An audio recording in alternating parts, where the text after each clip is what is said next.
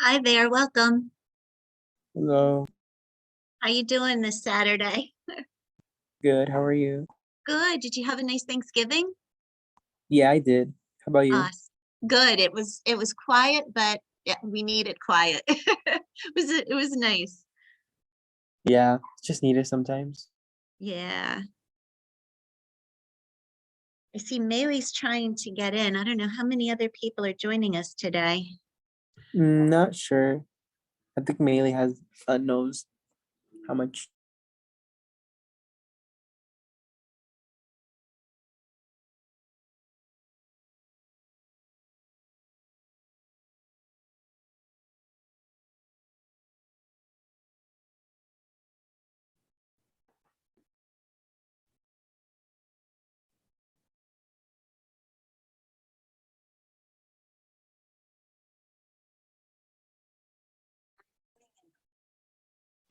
Hello, Hey Maylee, how are you?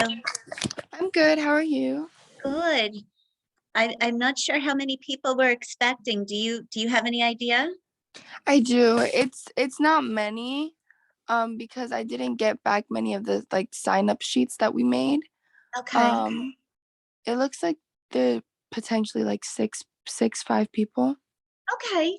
What we can do, we're recording it so that whoever isn't able to attend, I can send you the recording so that they can watch it. Okay, yeah, I think that would be best too. I think because we got like all the information that we sent was online Mhm. because like right when we had everything, like there was no more school because of Thanksgiving. Yeah, naturally. That's Yeah. that's where I've been having a tough time getting a hold of anyone to do the mock interviews, just because, the holiday, everyone took off. So we'll Yeah. figure it out. But I am going to Yeah. share my screen with you guys. And go. I'm gonna hide. So I'll give it, do you want me to give it another like 2 minutes or so? Sure, yeah. Okay. I'll also send a message to the executive group just to let them know. Okay, very good.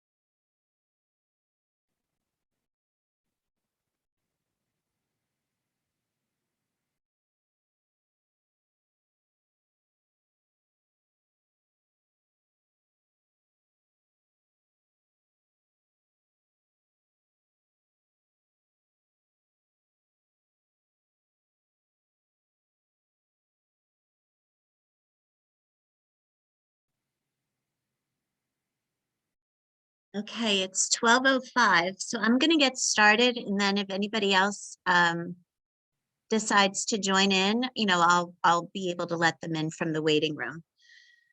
So, welcome, guys. My name is Kim Iozzi. I'm the Executive Director of Dress for Success, Northern New Jersey, 10 counties. I'm originally from Dover and a Dover High graduate, so I'm really excited to be here with you guys and help get you on your way to college. So today our topic is going to be interview tips for college and some little tips for life, because some of these things, whether you're interviewing to get into college or you're interviewing for a job, a lot of the same messaging applies. So I wanted that to be able to resonate with you. The first thing is, really just being prepared. And then you've got to be confident and be you. You're selling yourself. So I'm gonna go to the next page. It's gonna let me, here we go. So preparing for a college interview, you need to do your homework in advance, or any interview for that matter. So start with your basic research. When you're looking at the colleges, see what its culture is like, what its philosophy is. A lot of people have been shifting. A lot of organizations have shifted over the last few years, realizing that they need to do better in certain areas. And, so some of them have, campaigns and programs and things to help push their philosophy. You want to look at the size of the school. Is most of the school commuters, or do they live there? What's the area like? Just really understanding what you're getting into. What if you were to spend the next 4 years, 2 years or 4 years there, what does that look like? See if you know anybody that has an insider perspective. Even if you're applying for a job, if you can look on LinkedIn and see if you know anybody that works there. If you know somebody at campus, try to get an insider perspective of what it's like, what the social life is like, what the academic life is like, what kind of opportunities they have for you. And then look at the other areas around the campus where you're going to. Is it hard to get to from a commuter perspective? Is it safe? Are there nearby places that you can hang out and walk to? A lot of times there's campuses that look like they're put in the middle of like a farm or something, and there's nothing around for miles and miles except for the campus. And in some ways that's great, because then you're really forced to be engaged in the campus. But if you don't like the campus life and that's all that's there for you, you might want to consider, whether that's the place for you to be. Being clear on what opportunities and advantages the school offers. Do they help with job placement? Do they help you get internships? What kinds of companies do they work with? You want to really get all that kind of information in advance. The next important thing is to know yourself and be able to sell yourself. A lot of times people have guidance counselors and teachers and parents help create your resume. And, while it's helpful because, it's so hard to put one together, the most important thing is to know what it says on there and be able to talk about anything on there. They may ask you to elaborate on something, to elaborate on a class that you identified. If you're taking AP classes, if you're doing anything, be able to talk about it. A lot of times when people have others write the resume for them, it's written in language that they may not use. It's written in a way that, you may not know what the words mean on it. So just own it, and be able to share something not on your resume. Most interviewers are not trained on how to interview. And so it's very challenging for them to figure out what to ask, because you can read the resume, you can go bullet by bullet, and then they'll try to ask you something not on your resume so that you stand out. So if they ask you that, that's kind of your elevator pitch.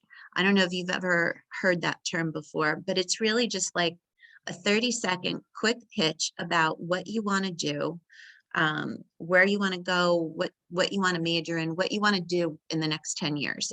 It's your pitch on your brand, on who you are. Most people don't have an elevator pitch, and a lot of times that's the thing that makes the difference between you and another candidate, because it'll show that you're prepared, you're focused, and you're ready to go. So I don't know, have either of you guys used an elevator pitch before? For seminar classes, like I believe that was my sophomore year or freshman year, we were trained in like public speaking, and we had to like think of things similar. So I have, but I don't know if every student has. Okay. So, and there's samples that you can get online as well. I actually work with one of my colleagues is a nationally recognized pitch master. Her name is Precious Williams. You can look her up online, and she does pitch coaching.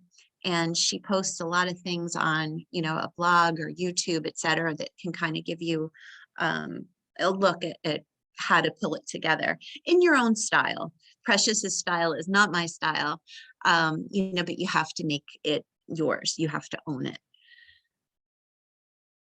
The next part of researching and being prepared is to prepare answers to the common questions. Whether you're applying for a job, whether you're applying for college, one question that always seems to surface is, tell me about yourself. I tried to pull from a couple other questions that I find most frequently in interviews, and especially in college type interviews. One is, who do you most admire and why? Being able to talk about that. In my case, was my mom, and being able to talk about how she influenced me, and what it is about her that I respect. It shows what characteristics and traits you respect and admire, and that would also tell the interviewer what types of things they can expect from you, what kind of character you have. They may ask you straight up, what do you know about their school? Have you done your research? And, you might go back with a couple of stats, or you might say somebody that goes there and what a wonderful experience they had. But they want to know, kind of, have you done your research? Why do you want to attend college in the first place? Not that specific college, but why do you want to go at all? And being able to talk about what your goals are. They want to know that you've set goals. Otherwise, if you don't have goals, they will suspect that you may just flounder. Your favorite subject in school, and why. Another interesting thing is what you would change about your school and why. So that question tends to try to find out what things you don't tolerate, what things if you perceive a challenge, what you do to overcome it, what you would do. Are you just someone that would complain? Or are you going to take action? And if you have a well thought out plan about what you would change, they'll understand that you are taking it very seriously. The next would be, what are some of your academic strengths? What do you consider your weaknesses? If you have weaknesses, be able to talk about how you're addressing them. So one of your weaknesses may be you're always late for everything. And so then your response may be, but, I set my alarm, a half an hour earlier, or I prepare everything the day before, so I don't run late. Be able to always turn a negative into a positive. What do you plan to major in and why? Now, most people don't know what they want to major in, and they'll just start with, either liberal arts or something like that. Maybe that's an opportunity to talk about what things you're considering, and why. And, just so that they have an idea that you have some focus. A lot of times colleges will, or they can predict that if you don't have any direction up front, if you aren't likely to find it, you may not finish the program. And, so that's something you want to steer clear of. What do you like to do for fun? Now, I think 90% of the people say hang out with my friends. And that's fine, but hang out with your friends doing what in particular? What they're looking to see is what your interests are other than your school. So if you play a sport, if you dance, if you know, whatever it is, they're looking to make a connection to clubs on campus, sports on campus, things that you can get involved with. If those things that you like to do for fun are not available at campus, that may be a hindrance as well. Do you plan on commuting or living on campus? Now, for most of us, I think it depends on how much it's going to cost. And, you know, that's not how you want to answer it. What they're trying to figure out is if you're commuting, are you going to be able to focus on your studies? Are you commuting because you're working another job? Are you commuting because you're working to pay yourself through school? So they're going to want to know what's going on in your life, you know, that would drive you one way or another to be on campus or not. There's a bunch of sample questions like these online. You just have to put in preparing for college interviews, and there's an abundance of things that'll come up. What I recommend is that when you have a little bit of quiet time, be it taking a shower, taking your dog for a walk, whatever, think to yourself how you would answer some of these questions and try to formulate in your mind what you would say. You know, and it doesn't have to be memorized and rehearsed. You should just be able to answer it in a way that you're comfortable and that you sound confident. Another type of question that they ask a lot these days is behavioral questions.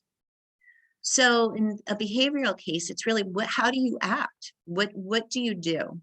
So this is the STAR approach to help frame your answer. So you describe a situation that you were in, or it may be not a situation that's happened, but a hypothetical situation. And then they're going to ask you what you did, what action you took or would take, and then what the results were at the end of it.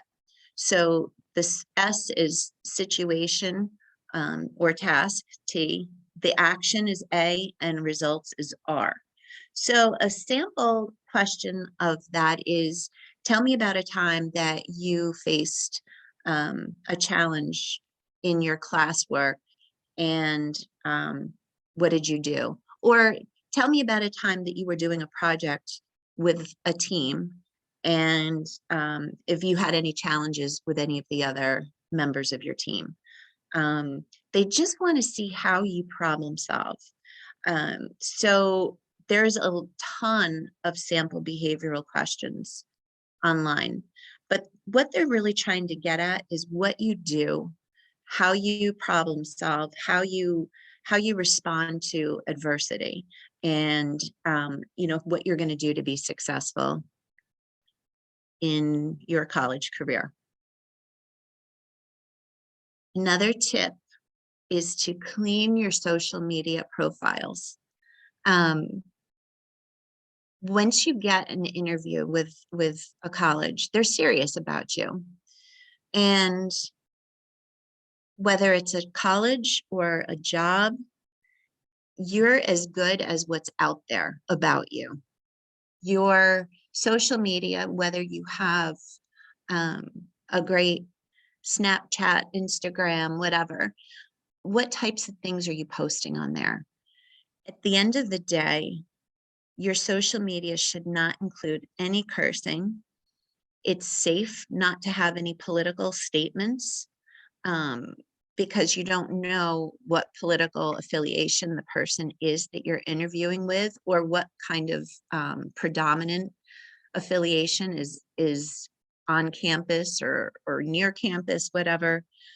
So trying to not have politics, indecent or vulgar quotes, pictures.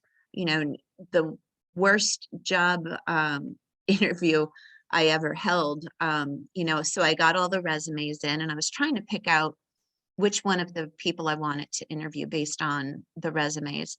And I started, the first thing I did was type them in Facebook, which I know is like dating myself because nobody uses that except us old folks nowadays. But I started with Facebook and I typed in the names one by one. And I could see one was, very much, a family person, community minded, whatever. I get to this other one and there's a picture of her walking around drunk. I don't know if it was at a festival or whatever. Then I got curious. So I started going through the rest of her pictures. And the stuff I saw, I was like, oh my goodness, this person can never ever represent me, my company. It would be bad. And when colleges do it, they're looking to see, how are you going to represent them? How are you going to represent the business department or whatever department it is that you want to go in? So, and the thing is that once you put it out there, it's very, very hard to get it back. So a rule of thumb is to not put anything out that you wouldn't want your grandmother to see. Keep it clean, keep it focused. And there's different ways to use social media. I mean, you may have something that's, private with just your friends and, you can kind of let loose a little there. But again, you don't want, you can't get these things back. And I'm sure you guys get lectured that all the time. So I'm not going to harp anymore on it, but clean your profile because they're going to look at that before they interview you. So now you've done all this research and you've got all your answers ready in your mind. You're pretty well set, ready to go. The first thing is that, you've basically dressed yourself with confidence from the inside because you've done all your preparations, but you still have to look good on the outside. So I have get your power outfits ready, not just one, have a couple things ready to go in case the day you put it on, it doesn't feel right, it doesn't fit right, a button pops, a hem pops, whatever can possibly go wrong. Have your backup ready just in case. Make sure you try on the clothes and you feel comfortable and good in them. You feel confident in them.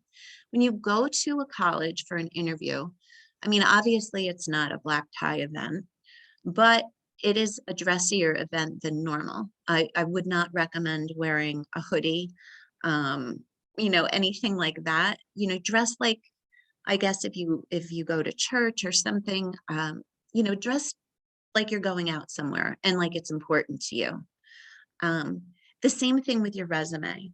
You should bring a couple copies of your resume so you have it, but put it in a portfolio or a nice folder to keep it in so that it doesn't get all wrinkled and get coffee stains on it. Or if you show up to campus and it's raining and you have a wet piece of paper, folding up your resume kind of takes away from it. So the way you look and the way your resume is presented says a lot about who you are.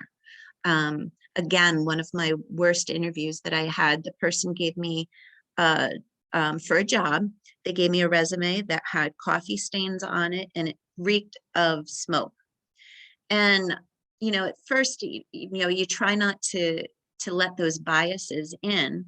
But as an employer, I was thinking, so they're going to be on a cigarette break every 15 minutes or whatever. And they obviously drink coffee. So they're going to be drinking a lot of coffee and getting up all day and doing that.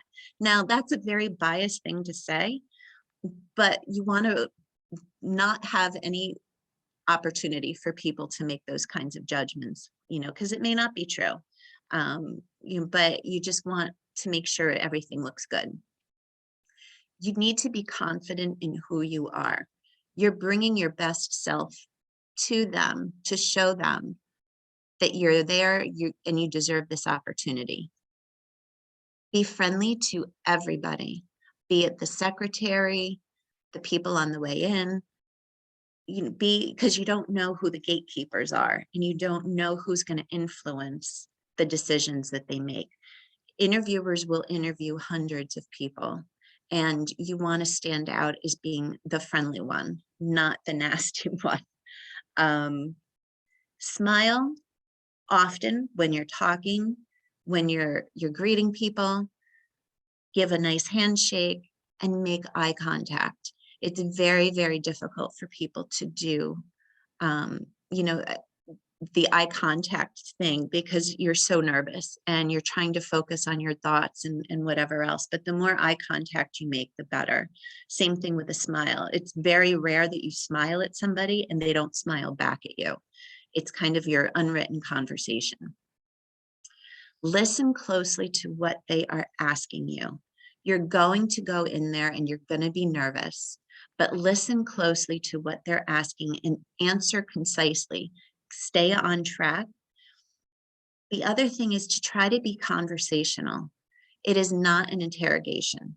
So the more it feels like a conversation, the more natural it feels, the more the interviewer will enjoy it, and so will you. It'll help take some of the nerves away. I always try to go in thinking that the person is a friend of somebody that I know, even if I don't know them, thinking like that, because then I try to be more social and engaging and not so nervous. And most people are not trained on interviewing, and they hate it.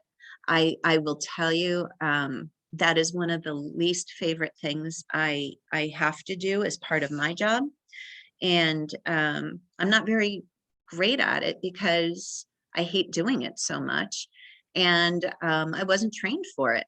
So, getting trained, is helpful, but, being a better interviewee will make it a lot easier on you. One thing else is to be prepared with your own questions. The worst thing you want to do in any interview, whether it be a job or a college interview, is when the interviewer says, "Do you have any questions for me?" If you're like, "Nope, you answered everything," it looks like you really didn't think about it, first of all. You should have some kind of questions in the back of your mind, and they may have answered them already. So in that case, if you've gone in, with your idea on some questions that you want to ask, and they've already answered all of them, maybe you want them to elaborate. So you say, you already answered, the question that I had, but do you think you can elaborate on whatever? And then they'll feel like you were really listening, number one. But it's going to show that you want to know more and that you're thinking about it. There's sample questions that you can ask online as well. So if you're stumped and you don't really know what you want to ask an interviewer, go online first and do some research to look and see what types of questions you might consider. For me, like usually when it's a job interview, you may ask what the first 30, 60, 90 days look like. When you start, what's the onboarding look like? Things like that. And then that'll also give you a better idea on, what to expect. So the other thing is to get everyone's card, or at least the proper spelling of their names. It's important because if you write a thank you, which you should, you want to make sure you spell their name right. It's so annoying when you get something and you're like, did they not pay attention? My last name is Iozzi, and I often get Lozzi, Lozzi. And it drives me crazy because I'm like, how many times do I say, what my name is? And it's not that hard. And so you want to make sure that you have the proper spelling. After you do the interview, it's super, super important to send a thoughtful thank you, highlighting parts of the interview. The reason for this is that, number one, it'll make you stand out, that you took the extra step, you did a little extra something to make the interview an experience, a good experience.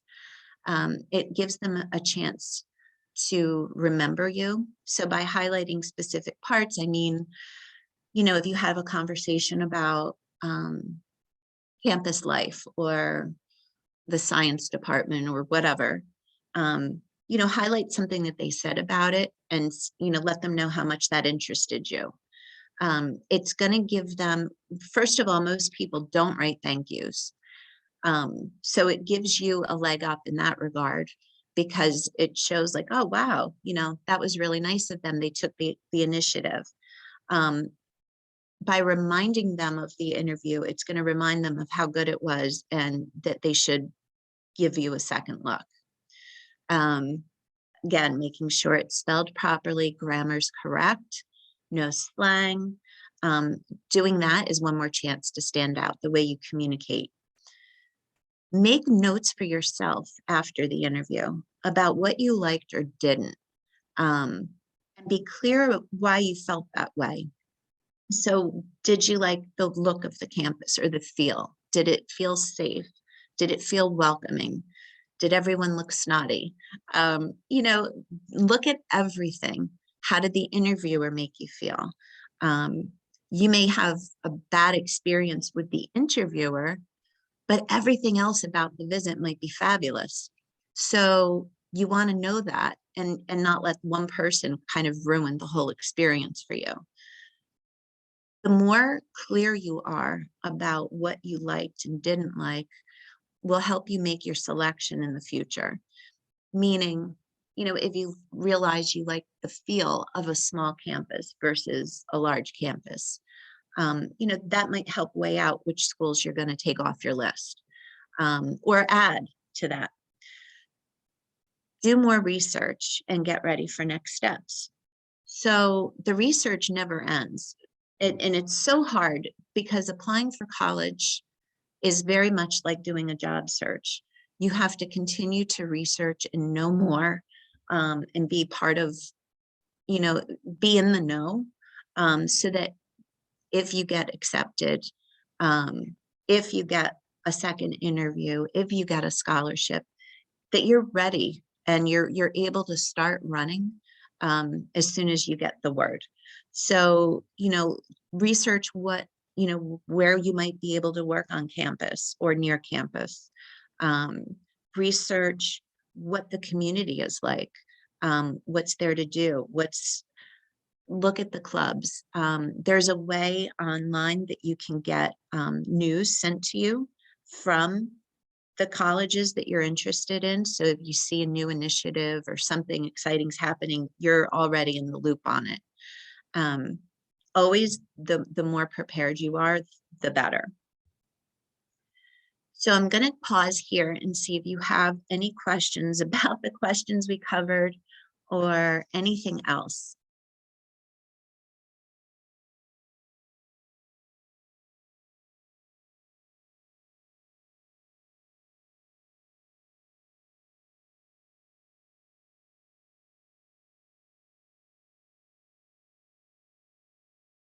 Okay, no questions.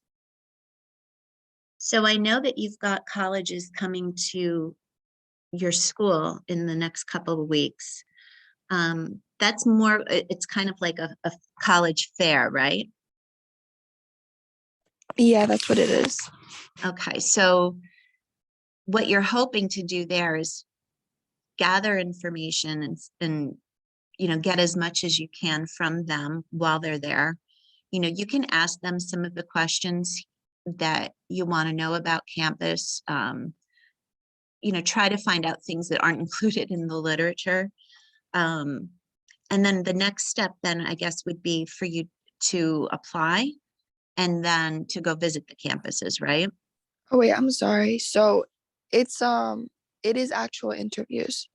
It is interviews. Okay, so So they're coming. yeah, it's a fair in the sense I thought you meant like that multiple colleges are coming, because like it's a planned date where multiple colleges are coming. I think I sent you the list, Uh-huh. but we have to apply in advance, and then we're going to be interviewed by the ones that we applied to. Oh, wow. Okay. So this is good. This is good then. So you'll be all ready. I know this was really good information. I'll send it to you. There's great questions online for how to be prepared.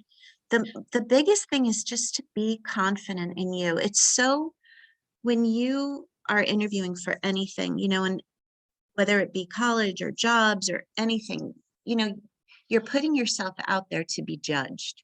And that's such an intimidating feeling. But when you look at it like you're interviewing them too, you want to make sure that it's a good fit for you as well. So, you know, if instead of feeling like they're judging you, it's all around. Um, so having the confidence in yourself, you know what you know all the hard work that you've done through high school. You know that you've got goals and you're committed. I think just being confident in that will show, and then the more prepared you are, the less nervous you'll be because you already know your stuff. You know your information, you've practiced your answers. So really the preparedness is all about building your confidence, because then you won't have to worry about that. You just have to go and put on your A game, and you will. So what colleges have you applied to that are coming? Me, I have all of the things like set. I just have to click the buttons, but Okay. I'm applying to Montclair, Ramapo, William Patterson, Centenary I've already applied to. And I think that's it for the ones that are coming. Okay. Yeah, Now, have you looked out of state at all or no? I have. I've looked at a state, but the ones that are coming are only like in-state schools. Okay. Yeah. And how about, is Jose still with us? Yeah, I'm Not sure. here. Have you applied anywhere? Yeah, so for the ones that are coming to visit us on December 9th, I'm gonna do Montclair and FDU. Excellent. So I graduated from Montclair. My college experience was unique. I did not live away at campus. I commuted because I was putting myself through school. So, I worked like 3 jobs to make sure I could get through school. And, so I didn't have the whole going away experience. And conversely, my husband lived away and played football at college. And so his experience was completely different than mine. He was in a fraternity and all kinds of things. So it's really, we laugh because our experiences are like so polar opposite of one another. And it's funny how you find your way and what works. So do you know what you want to major in, Jose, or no? Yes. Um, Probably either political science or public policy on a pre-law track. Excellent. Excellent. Not that I have a bias, but I was a political science major myself. So, so very good. I hope that this was helpful for you guys. And I hope it'll be helpful for your classmates. Is there anything else you want me to cover before we go? Um, I can't think of anything because you really like touched on all the topics that I was like concerned about. Um, my friend has like an interview like separate from the ones that we're having at school, and I kind of like on a whim, because I didn't know what I was talking about, gave her the same like advice that like you're also interviewing them. So I think it's good that like you validated that like idea that like it really is just communication rather than just being like judged. Absolutely. Absolutely. So I'm sure you guys are going to be fantastic. I'm really excited for you because it's the start of your whole life, and you've worked so hard to get to where you're at, and now it's just the beginning. So who knows where you guys are going to end up in a few years. So, well, thank you from me personally, but also my organization, Dress for Success. If you ever want to participate in training, it's all free. It's all offered for free. We're doing a ton of webinars while our primary focus is on getting women jobs so that they can be economically independent. A lot of the information as far as interviewing and stuff may apply to you as well. So you can kind of just check us out if there's anything that looks good to you. I hope you'll be able to join us. And I look forward to our next event together. Thank you so much, Kim. You're welcome. I hope you guys have a wonderful rest of your weekend, and I will see you soon. Good luck. Thank you so Bye. Thank you much. so much. Thank you. Likewise. Bye-bye. And this recording is going to be emailed to us? Yep, I'll send it over to Okay. you. Thank you so much. No problem. Have a good one. You too. Bye. Thanks. Bye.